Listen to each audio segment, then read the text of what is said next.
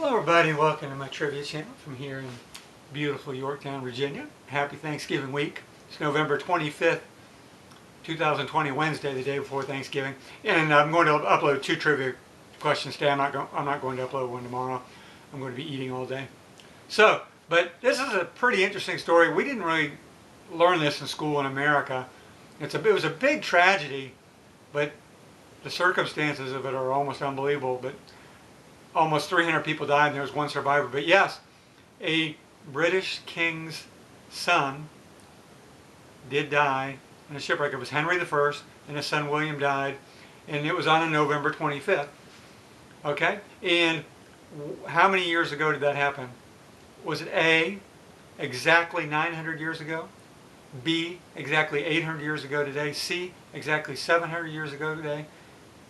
D, exactly 600 years ago today, or E, exactly 500 years ago today. And I'll get to that in a minute. But the circumstances of this are just pretty unbelievable. The ship was called the White Ship. It was called the White Ship. And it was for its time, this really impressive wooden sailing ship. It had square sails, and it had oars as well. And you think about 300 people on board a wooden sailing ship. And it was sailing from Normandy back to England. And it struck they were trying to race the king's ship, and so the captain was doing something. It was like the Titanic. He was kind of ill-advised, hit a submerged rock, capsized pretty quickly, and then people got out to lifeboats. And the king's son William actually survived, but he did something heroic. He tried to go back and rescue his half-sister, and then people trying to save themselves swamped the boat, and he drowned. The captain,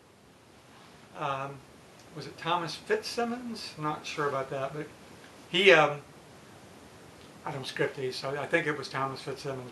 But anyway, the legend goes he survived, but when he found out that he had gotten the king's son killed, he didn't want to live, so he let himself drown. He said, forget it, I don't want to deal with the king. So he went down with the ship. The only survivor was a butcher who clung to the rocks. And you think, well, butchers probably have really strong hands like blacksmiths. So that's what I'm thinking. You know, he had really strong hands.